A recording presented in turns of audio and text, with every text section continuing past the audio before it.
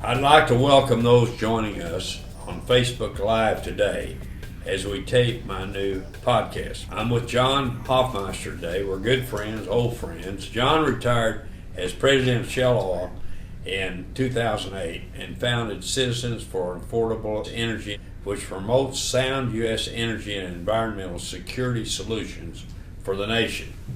He's a thoughtful, well-versed, outspoken expert on energy challenges globally. John, welcome. Thank you, Boone. It's good to see you today. You're looking well. Thank you. Yeah, and I guess we got our challenges, don't we, on the energy patch? Well, we do have. We've seen this happen before. Yeah, I mean, everything falling the tank, but this one's pretty tough.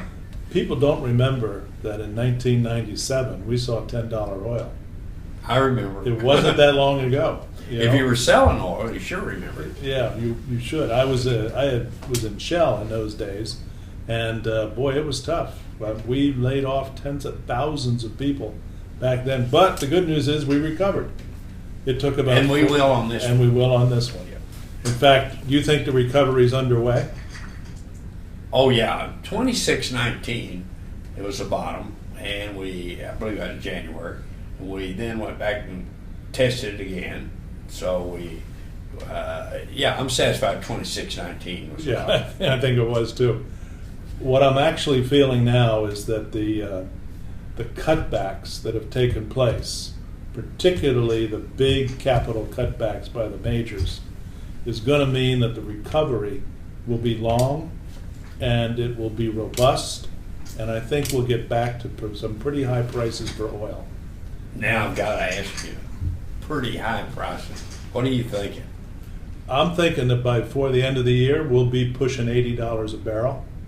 And I think as we get into 2017, we could probably see getting close to $100 a barrel. I think that we're going to be so short because what we've done is we've trained a whole nother generation how much fun it is to drive their cars with low-priced oil. So demand is up in this country. We're up 3-4%. Car sales are up too. Car sales are up. Yeah. You know, you hear about all these millennials that don't want cars. Well, that's until they get married. That's until they get into life where they realize. They have kids. That's right. When, traveling is a way of life in this country. We love mobility. But more importantly, India is growing like gangbusters. China hasn't stopped growing on the consumption of oil. And you get the whole continent of Africa, which also wants to be using oil. So I think for the next 10, 20, 30 years, we're going to see robust demand for oil. And that whole crowd out there that says keep it in the ground, they're going to be pretty disappointed because we're not going to keep it in the ground. Well, the world is using 95 million barrels of oil a day. And China is, their production is down. And, India doesn't have much production, but tremendous demand. And you look around the world and you don't have, drilling has pretty well stopped around the world. Yeah. You have, everybody's so proud of Iraq and what was going to happen there. And now we find out the fractured limestone in the northern part of the country is not anything like they thought it was. Right. And so it's headed down. You got Venezuela, you got Nigerian problems, and you don't have any rigs running in the United States. And Libya is not doing anything, and Syria is broken. So I think the odds against oversupply are being reduced almost by the day. I agree, 100% agree. But I would go further out on a limb. I would say that as the world consumes more oil, we'll never have enough oil for everybody, and that we've got to have natural gas as a transportation fuel. You've been outspoken on natural gas. And you have too. Where are you today on natural gas as a transportation fuel? Well, it's no question, it's cleaner. Yeah. It's cheaper. Yeah. And the United States has more natural gas than any other country. That's right. And so it is going to happen. And usually, when you get tired of something, waiting on it and everything else, when you really get tired of it, that's when it moves. Right. Yeah. You finally, it ain't going to happen. Yeah. It's going to happen. What do you think's holding it back? Why Never aren't had we- a champion. Yeah. One, and it's we've had those that are producing fertilizer, plastics, and have the ethanol subsidy. There are those companies around. They do not want to compete with natural gas. That's true. So they don't want the demand for natural gas to go up. But it's going to happen, though. Yeah, yeah. And how about geopolitics? You think we're still suffering from geopolitics on oil? We will always suffer with geopolitics. Yeah. Don't you think? Well, I do, but I think for the people watching us on Facebook, maybe we could go a little bit deeper into that. What does that look like? And I'm happy to start. It looks to me like the Saudis, who are arguably producing more and more oil, and the Russians, who are keeping up with the Saudis, they're both going to go bankrupt if they keep producing so much oil. Well, when you look at the crash, and we went down to 26.19, that when you went down that low, who did it hurt most? Well, I think there's no question the Saudis wanting to hurt our domestic industry. Okay, they did. We went from 1,609 rigs drilling for oil down to 342. So we took 1,300 rigs out of the market, and that it really killed our industry temporarily. Okay, now what did it do? Who else got hurt? The Saudis, the Russians, all of OPEC, and that's it. But the United States consumer was given a great bonus in cheap gasoline. Some estimate about $25 billion bonus Yes, for cheap gasoline, just in 1 year. that's right, and it's still going on. Right. But you have bottom in February, the second time, 26.19 for oil, and you're back up to $48. Right, but just to be clear to the people listening, when the Saudis and the Russians try to make a go of it on cheap oil, oil is the primary revenue source for their government. And they're bringing in less and less money the more they produce per barrel. And the consequence of that is they can't pay their bills. Well, they can't feed their people. Right. And that is a big concern because when you can't, particularly in Saudi Arabia, I mean, you're going to, you have over 50% of the people that are not working. Right. So here the Saudis, when they say they have to have $90 a barrel to balance the budget, that's probably a true statement. I'm sure it's I true. hear from a congressman in Washington says, well, they can produce for $5 a barrel. Get out of here. You don't know what they have to pay for. That's right. They're paying all the costs of government, or almost all the costs. Plus, they're paying to import a lot of people into their country to do the work. Because a lot of, as you said, the Saudis don't do the work. They don't want to work. They don't want to work. And they're getting a stipend from the government just to live. And they will continue to get that. Right. Because when the people decide to overthrow the government, it'll be just like it was in Iran when they took the Shah out. Right. But what's amazing is that when the price goes down, the way the U.S. system works, our government really doesn't lose money. Oh, They make money because we're selling more gasoline, and they get the sales tax on the extra sales of the gasoline, Sure. plus the royalty doesn't drop. They get the royalty whether it's $26 or $96. The U.S. government still gets the royalty. but of course that goes down. The royalty goes down. Yeah, But it doesn't disappear. No, it Yeah. doesn't disappear. But, and again, who you hurt in the United States is a rather small group of people Yeah. compared to the rest of the United States, and everybody believes they're overpaid anyway. Right. So you don't find much sympathy Right. when oil goes to $26. Now, I have a bugaboo on the next question. Okay. We still import 7 million barrels of oil a day. Mhm. And we've laid off a couple 100,000 oil workers. They estimate for those 1,300 rigs that have gone down, roughly 100 people per rig. When you look at the whole supply chain, 200,000 people. 200,000 people gone. But we're still importing 7 million barrels a day.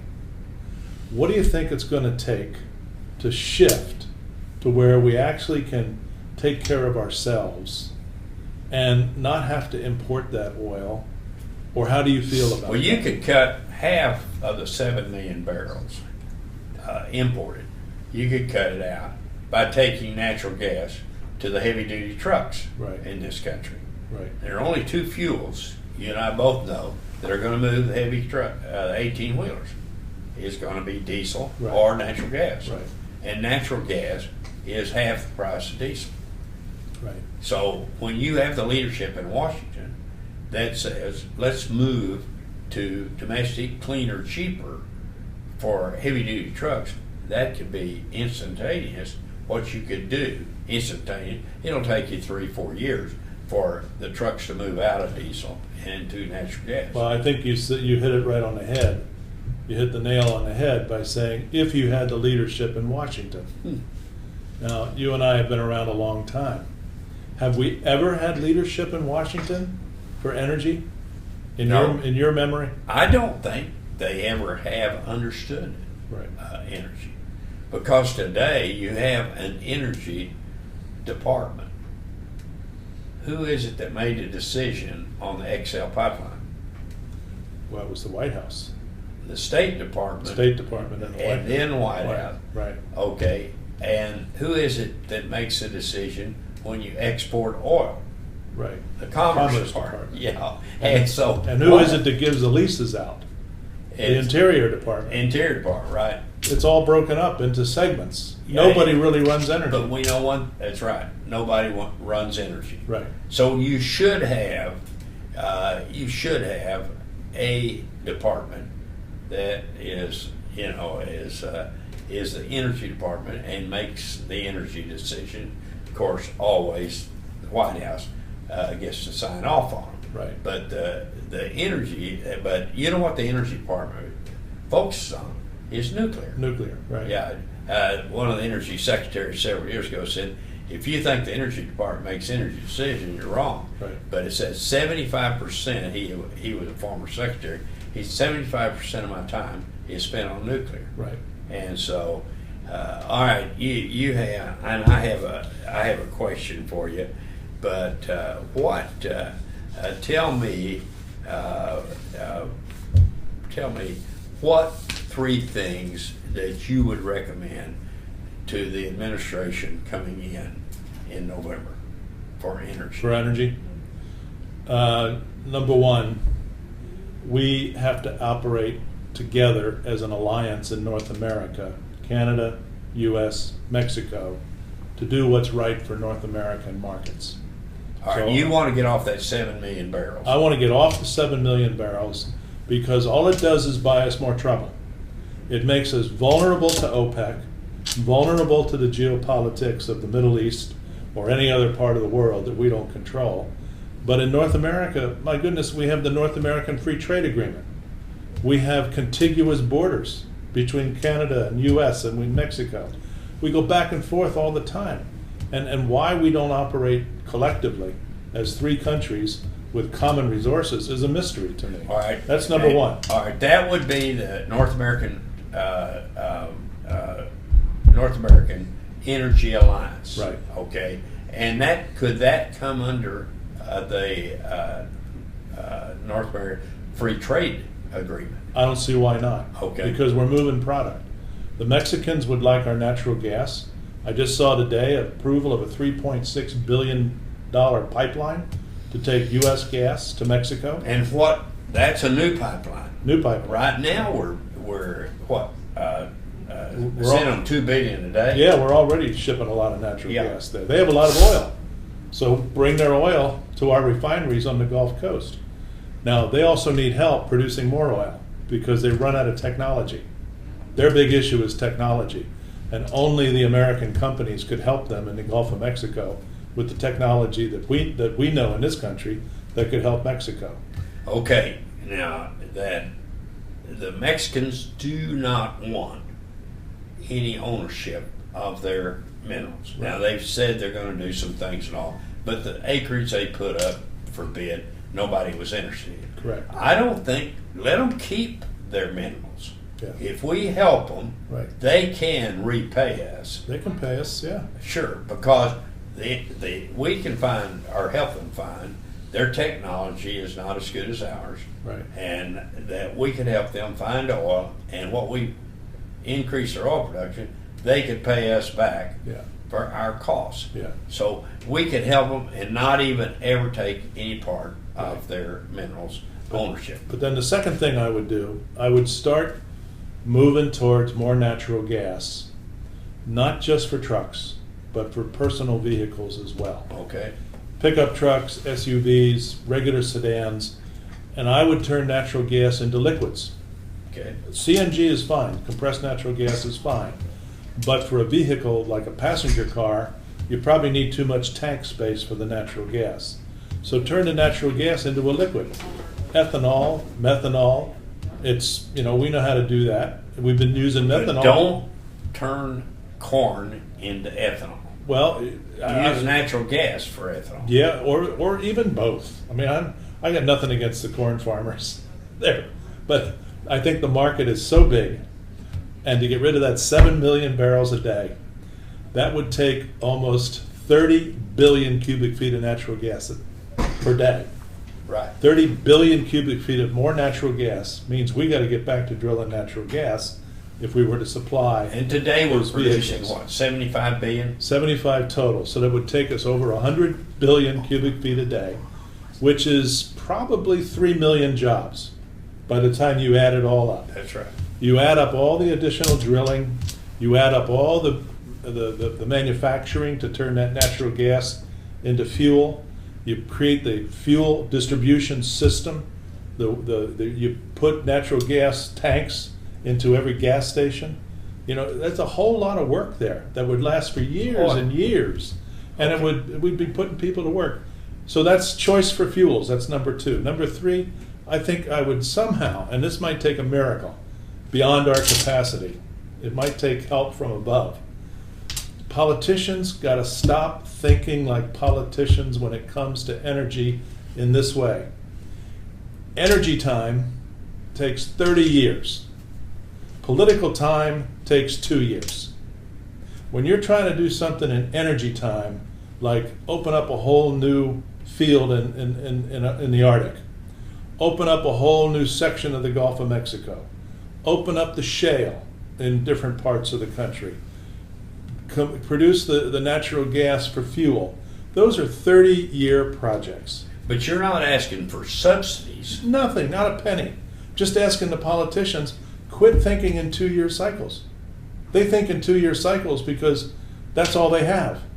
It's all about their careers. Stop thinking about your career and think about Americans and consumers of energy, and let the consumers of energy carry the day. Okay. A point here. We have the cheapest energy in the world. Yeah. The United States does. Rebuild the economy on the back of cheap energy. Cheap energy will trump cheap labor. That's right, it will. Yeah. And what we were starting to do with shale was exactly that. Because the shale revolution was bringing cheap energy to the consumer, and then we started to get shut down, didn't we? Because you got New York State will not allow fracking. You got a couple of other states that are trying to carve out sections of the state. Well, no California fracking. doesn't want fracking. California doesn't want it, except offshore. You notice that? Sure. They're allowed fracking offshore, but not onshore. And then we got this terrible decision on the Keystone XL pipeline. It took. We're going to get another chance at that. We will, but it took 7 years to say no. Have you ever in your life taken 7 years to decide anything? I mean, you make decisions in the day. You study something. I'm not the same guy that made that decision. I know, but I mean, sure, but he didn't. He's against fossil fuels. yes, keep it in the ground, right? Yep. And have you ever heard anything more foolish than keeping fossil fuels in the ground? No. And we have more fossil fuels in the United States than the rest of the world. Yeah. So why don't And we? you're going to have fossil fuels, you and I both know, Yeah. for the next 50 to 100 years. Right. Yeah. Okay, now we've had questions come into us. Yeah, we have from your fan club out there. I think several of them are pretty similar. They want to know, when will we see increases in drilling? And how fast and how furious will that be? I think, you're now $48 oil, $60 oil, you'll get rigs back to work. How many? We're $342 now. You'll pick up 100, 200 rigs by the time you get to 60. Okay. And production is declining, we know that. How many rigs would it take to stop the decline in production? Probably you'll have to double 342. Double from where we are. Yeah. Just to get even. Yeah, just to stay even. right. Right. And I'm not even sure you can double and get it. It may take more than that. Yeah. But we do have some great properties to develop in this country. Here's one about Venezuela. What do you make of Venezuela? And how long can they keep going at the rate they're going? They may make it till 3 o'clock tomorrow afternoon. It's coming up soon. Yeah. I mean, it is coming up. Yeah. And you've had all of the companies you and I have worked with, the service companies, they've pulled out of there. They pulled out because they're not getting paid. They're not getting paid. Right. And they can't go on not getting paid. Right. I don't know any industry that can do that. No. So I think Venezuela's about the end of the trail. Yeah. Will we see $5 natural gas anytime soon? I said that to Johnny Arnold, who is an expert on natural gas. He is. Yeah. And I said, Johnny, will I receive $6 a barrel, $6 a thousand for natural gas? He said, I know how old you are, Boone. I don't think you'll see $4. Really? That's what he said. We have that much gas. And we have that. And I think you will see, yes, over $4, but I don't think you're going to have it run away, and I don't think it will. We always know natural gas is a weather market. But if we put it in our cars and trucks, Different deal. different deal. But still cheap. Still much cheaper than oil, That's right. even at $48. Let's give parity on oil right quick. But $50 oil is $8 natural gas. Right, yes. And so you're a long way from $8. Right. So we'd have even less expensive fuel to go enjoy holidays and vacations and go see the USA. And it's cleaner. And it's cleaner. Yeah. And we know for a fact that because we've shifted to so much natural gas in our electricity generation, that we now have greenhouse gas emissions equal to about 1992. Oh, I know. Which is pretty remarkable. It's cleaner than any place else in the world. That's right. Got more energy and a cleaner atmosphere Right. than any place else in the world. Right. There's another one that asks if you can you compare the 1980s oil depression to today? Yes, sure. Which was worse? 80s. 80s was worse? Yes, but since 1980, 5 times we have dropped over half the price of oil. 5 times. 4 times the Saudis would show up as swing producer, and they would cut production to stabilize the price, and consequently it would turn and come back up. Yeah. This time the United States became the swing producer, and consequently and the Saudis have continued to produce. But I think you and I probably agree the Saudis and the Russians have to do something they've got to cut the production. They do. Or they'll turn into Venezuela. That's right. Because they can't pay their bills. Yeah, the depression, well, for 2 years in a row, the Russian economy has sunk about 6% per year. And they're not a consumer goods exporting country. They're poor. They're actually a poor country. Yeah. I mean, they don't export vehicles the way Japan or Korea does. They don't. I mean, would you buy a Russian car? No, I don't know anybody buy a Russian car. Do you wear a Russian suit? Do you watch Russian movies? No, the only thing they have are 3 assets. They have the oil and gas, Right. which is number 1. 2 is vodka. and they drink that. They don't export much vodka. Okay, and the third one is the caviar. And if anybody's had caviar once, they don't go back for another helping. So the only thing they have is oil and natural gas. Right. So we haven't talked about politics. Is politics on your mind at all? Yes, you bet. Like everybody. What do you think? You know, I was so concerned even a year ago that I called up a friend of mine who's a very high-powered Democrat.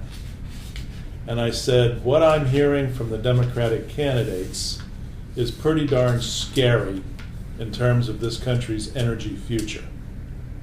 He begged me, hold off. Please don't make any decisions during the primaries, because the primaries are not the real world of politics. I've heard terrible things about energy from the Democratic candidates.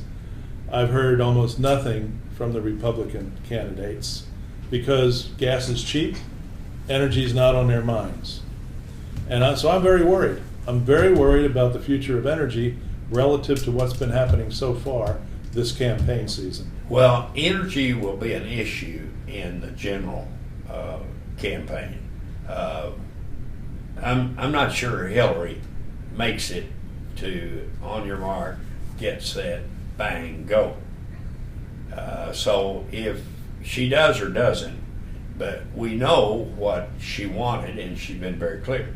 She wants to cut out all fossil fuels. Yeah. I'd love to debate her on that issue. Right. And you would too. Oh, because I'd love to debate the current president as well on fossil fuels. Oh, sure, yeah. Well, he's gone.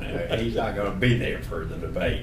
But the thing about it is that if you're and cut out fossil fuels, I ask when this question comes up to both of us from audiences or people from time to time, is I say, okay, cut it out. What are you going to use? Right. And they'll say, well, we'll use renewables. We'll use the wind and solar. Well, neither one of them run cars or trucks. Right. Trucks especially. And so you've got to have an alternative if you're going to cut out fossil fuels, which there's no alternative. And the thing they forget, because they always say, well, we can use wind and solar to make electricity for batteries for vehicles. Well, good luck on truck batteries for hauling. Well, you can't. You can't. If you have a battery big enough to run an 18-wheeler, the trailer for the battery would be as big as an 18-wheeler. That's right. Yeah. And it'll weigh more than the truck engine can pull. Right. So, and with the vehicles, you got 250 million vehicles in America, just in America today. And how many batteries would that take? We can't make the batteries to replace oil and gas. And they're not easy to get rid of either. That's right. And they're a messy problem to get rid of because of what's in them. If you're worried about the quality of the rivers and the quality of the ocean with all of the other fossil remnants, batteries are going to be a pretty polluting substance where the chemicals are going to run off into rivers and out of the waste dumps, and they're going to be a problem to work with. Well, John, it's been interesting, but one thing, you and I know the business. We know the energy business. So we have it analyzed pretty clearly. Right. I don't think nobody's going to want to debate either one of us on the subject. And but if they turn it over to us, we can fix energy in America. It'd be cheaper, cleaner, and more of it. That's right, John. Okay. Thank you. Thank you.